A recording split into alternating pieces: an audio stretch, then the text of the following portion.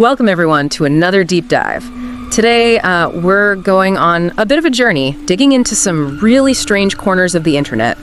You've sent us some fascinating stuff, online oddities, really.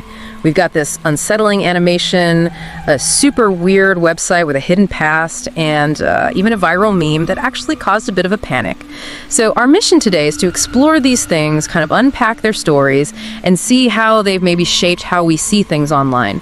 Think of it as your guide to some of the web's most intriguing mysteries. Yeah, and what's really interesting, I think, is how different this kind of digital stuff is. It's not like a book that's just finished.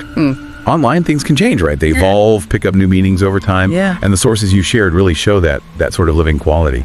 Okay, so let's dive into the first one. It's this really enigmatic piece, a short animated video from back in 2012 called The Crow and the Raven. It popped up on Instagram first, apparently, and just grabbed people. It has this really unsettling atmospheric feel.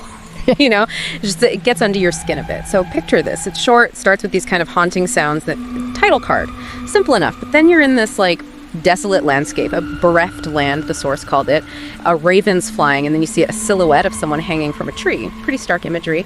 Then a little baby bird shows up, making these beep beep sounds, like it's calling for its parent, really desperately. But here's the twist. The raven. It's not actually a bird. It looks like, an angelic figure. Female, wings, long dark hair, and she's holding an apple. And the narration is just as weird and distorted. It talks about we, meaning the baby crow, taking the raven's fruit, and how the raven satisfies these strong, flowing, deep currents of desire. But then, it changes. The voice says, we bite the hand and then punish the raven. Chilling, really. Yeah. And you see the crow kind of falling apart. Well, there's this muffled, incoherent speech. Then it cuts to the raven, maybe asleep, or maybe buried underground. It's hard to tell. And finally, we're back at that first shot, the tree. But the person hanging isn't hanging anymore. They're free, and they seem to, come back to life, all while you hear the word shade or something like that repeated, and then bam, it just ends. Leaves you hanging, literally and figuratively. Yeah. And that ambiguity is precisely the point, isn't it? It's so open to interpretation. And that's why it sticks with people. It's not just about, what does it mean? It's how these kinds of unresolved stories, especially in digital art, make us, the audience, do the work. We become part of creating the meaning. It's clever, using that confusion to make sure you keep thinking about it. And people have thought about it. Lots of theories out there. The classic good versus evil one. Raven is nurturing, giving. Crow is greedy, destructive. Makes sense. Or maybe it's about us and Mother Nature. The crow, we, just taking and taking, harming the source that sustains us. That's a popular one. And, maybe it's simpler, just about mothers and babies. That dynamic of giving and taking, or even damaging. And that third figure, the hanging one, maybe they represent the weak, or the scared, or freed, or maybe inspired by the raven's example at the end. Who knows?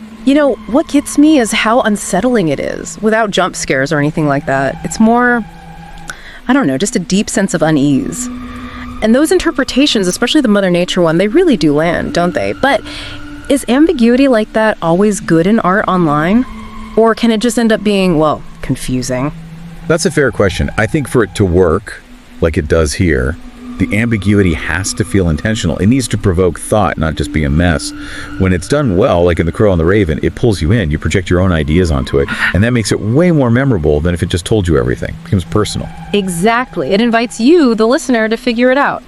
A proper piece of digital art that really sparks discussion.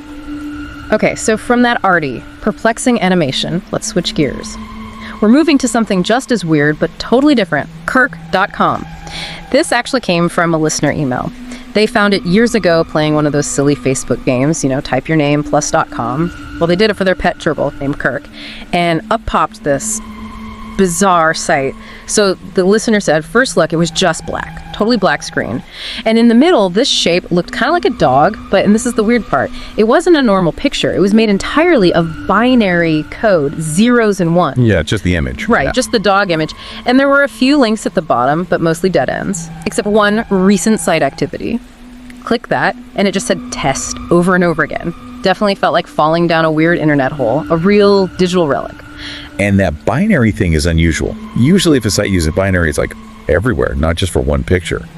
So people started digging, mostly on Reddit, you know how they do. And they found out Kirk.com used to be an ad for a VW bus. And even stranger, it had looked pretty much like it does now with that coded dog since way back in 2002. So let's peel back the layers, like digital archaeology. Thanks to web archives, we can actually see how Kirk.com changed over time. It's quite a trip. Way back in 1996, the earliest snapshot, yep, an ad for VW Bus, had an email contact, but it's dead now, obviously. That lasted till 99. Then for a few years, just an error message, nothing there. Then 2002, boom, that coded dog image appears, just like today, for a while. But then in 2006, it changed again quite drastically. It became sort of like a blog, had a header image with 2 dogs, and the caption underneath was pretty funny. Celebrating 10 years of not blogging. It also mentioned a name, Kirk Scott, as an alias. Oh, okay. Then 2009, another shift. It turned into a site dedicated to Kirks of all kinds. Even had a page where Kirks could submit their names to be listed. Wow. It's like finding this perfectly preserved fossil from the early web, showing how people used their personal online space back then. But even with all those changes, that Kirk logo, that coded dog look, it kept popping up, right? Suggests maybe this Kirk Scott person has owned it the whole time, since 96. Probably just for personal reasons, yeah. So the interesting thing about Kirk.com isn't just the site itself, but how these old personal websites can become these accidental internet artifacts. They just evolve without a clear plan, almost like uncovering old ruins that show the random choices of early web users. It makes you wonder, though, why keep something like that online for decades, with no obvious public point? That really is the mystery, isn't it? It could be a kind of digital hoarding, maybe? Or just a personal project that exists. Right. Because it can. A quiet little corner of the web. And it's worth adding. In 2011, that original coded dog image came back, and that's what's been there ever since. Someone on Reddit apparently tried to buy the domain recently, but that went nowhere. So, yeah, the purpose remains totally unclear. Okay, third and final stop on our tour of digital oddities. This one might be the most impactful. The Ayuwoki meme. You've probably seen this creepy figure floating around. The name Ayuwoki is sort of a spooky play on Michael Jackson's Are You Okay? From Smooth Criminal. And it all started with what looks like a really, really messed up Michael Jackson animatronic. Yeah, it's fascinating. There's a real parallel here with that other creepy internet thing, the I Feel Fantastic video. Remember that? Oh, yeah, the mannequin. Super creepy. Exactly. Both were these homemade things, robots or animatronics. That got dug up years later, and the internet just decided, yep, that's nightmare fuel. Yeah. The original Ayuwoki video actually went online way back in 2009. The description said it was an old Elvis animatronic someone had repurposed. The video was called My Ghoul Jackson Jeb. And it had this haunting music and weird edits even then, which definitely added to the creepy vibe from the start. It's kind of funny, isn't it? Someone makes this weird thing years ago, and suddenly, boom, it's a global internet boogeyman. And the explosion in popularity was Yay. just, wow. Right. So the original video had maybe 100,000 views by 2016, which is okay, but not huge. Then by 2019, it jumps to 1.7 million views. Massive leap. And a huge part of that was the Spanish-speaking internet, specifically a YouTuber called Dross. He made a video about Ayuwoki in March 2019, and that video got 12 million views in just over a month. 12 million. That really pushed it out there to everyone. And if you look at the timing, it was like this perfect storm in March 2019. You had Dross's super popular video hitting right around the same time as HBO premiered the Leaving Neverland documentary. That was March 3rd and 4th. So Michael Jackson was suddenly back in the news globally. Anything that even looked like him got way more attention. It was the perfect moment for Ayuwoki to just spread like wildfire. So once it got huge, people saw Ayuwoki in different ways. For some, it was pure creepypasta material, you know, those online horror stories. The story was that this animatronic would show up in your room at 3 a.m. and whisper Michael Jackson's "hee," cheesy but creepy. Definitely cheesy. But for others, the whole thing was just so ridiculous, it was purely a joke, a comedic meme. It really depended on how online you were, I guess. But this is where it gets interesting and a bit concerning. How does something so clearly absurd become something authorities worry about? Because then you got this challenge thing attached to it, which happens a lot now, it seems. Authorities in Mexico actually put out a statement, like officially debunking the Ayuwoki myth, telling people, no, this figure won't appear in your room at 3 a.m. Seriously. Wow. But here's the key. There was absolutely no evidence of any real challenge. None at all. It looks like people just took this creepy image and slapped a challenge label onto it, borrowing from older online scares but making it sound more alarming. That's such a good point, because Ayuwoki, let's be honest, it's pretty silly when you look at it. So how does a joke basically get taken so seriously that police have to talk about it? It makes you think about how online horror and creepypasta have changed. Remember the early internet? Oh yeah, chainmail. Right. Forward this or have bad luck.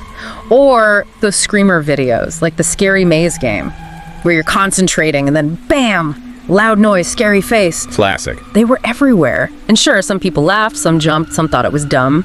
But you never had this big moral panic about them, did you? Exactly. And that's the shift. That's the crucial thing here. Yeah. Now, it feels like the second anything even slightly creepy pops up online and hits the mainstream, someone slaps a challenge label on it. Yeah. And there's often this implication that it's targeting kids. What Ayuwoki really shows us is how easily digital weirdness, even absurdity, can be twisted into mainstream panic. Especially when, traditional news maybe doesn't quite get internet culture. A joke becomes a perceived threat. Yeah, that makes sense. And I think, unfortunately, this trend might connect back to that really tragic Slender Man case in 2014. Remember, 2 teenage girls attacked their friend, claiming Slender Man made them do it. That incident it stained the Slender Man character with real-world horror mainstream controversy. And maybe, just maybe, it made people quicker to panic about online horror figures now, even when they're obviously fictional or just a meme like Ayuwoki. It really does make you think. We've looked at 3 really different things today. An artistic animation that makes you ponder, a weird old website that's like a time capsule, and a viral meme that somehow caused real-world anxiety. Each one shows how complicated digital stuff can be, how it takes on a life of its own, sparks curiosity, interpretation, and sometimes, totally unexpected reaction. And it just hammers home how important critical thinking is online, doesn't it? You see something weird, you got to step back, think about where it came from, how it's evolving. Understanding these things helps us sort out what's art, what's a joke, and what, if anything, we should actually be concerned about. It's about being informed, not just getting swept up. Absolutely. So it leaves us with a final thought, really. What is the future for online horror, and how will our understanding of it, or maybe our misunderstanding, keep changing as the internet itself keeps changing? Something to keep an eye on. Keep exploring, keep questioning. We'll catch you on the next Deep Dive.